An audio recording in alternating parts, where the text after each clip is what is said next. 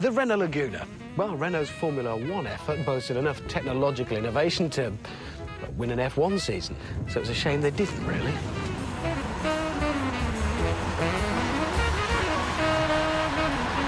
Just like in F1, the Renault is left lagging behind the rest of the pack a bit on power.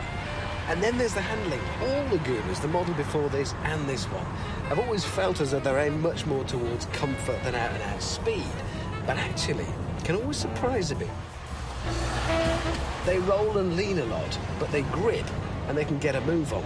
So it'll be interesting to see what the Stig does with the Laguna. Crucially, the Laguna was the first car ever to win a maximum 5 stars in the respected EuroNCAP crash tests. It uses clever technological gizmos too, like keycard entry and onboard tyre pressure monitors.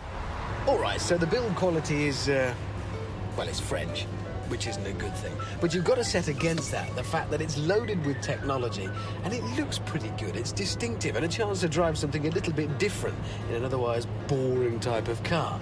So all in all, the Laguna makes a pretty good case for itself.